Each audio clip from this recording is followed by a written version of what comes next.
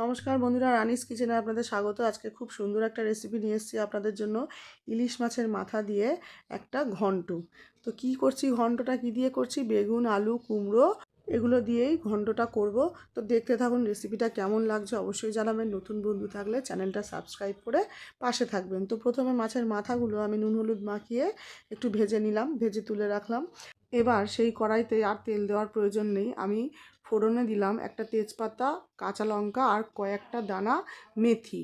এই মেথিটাই কিন্তু স্বাদ এনে দেবে, এতে কিন্তু ঘন্টের স্বাদটা দারুণ হবে। আপনারা অবশ্যই একবার করে দেখবেন। তারপর সমস্ত সবজি দিয়ে দিলাম, আগে পরে কোনো কিছু দেওয়ার কোনো ব্যাপার নেই, সমস্ত সবজি এর মধ্যে দিয়ে দিলাম। এবার ভালো করে একটু খুন্তির সাহায্যে নেড়ে চেড়ে নিলাম, একটু ভাজা ভাজা করে নিলাম। দেখতেই পাচ্ছেন একটু ভাজা ভাজা করে এবার এর মধ্যে মশলা দেবো। মশলা এর মধ্যে তেমন কিছুই লাগবে না, নুন, হলুদ আর একটু লঙ্কার গুঁড়ো, এই মশলা, আর কিচ্ছু কোনো মশলা লাগবে না এর মধ্যে।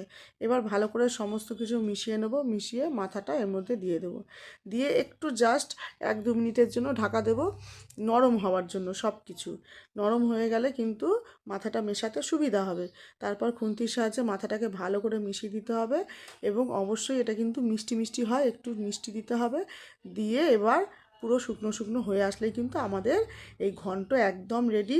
অতি সুস্বাদু হয়, অবশ্যই করে দেবেন। কেমন লাগলো অবশ্যই জানাবেন।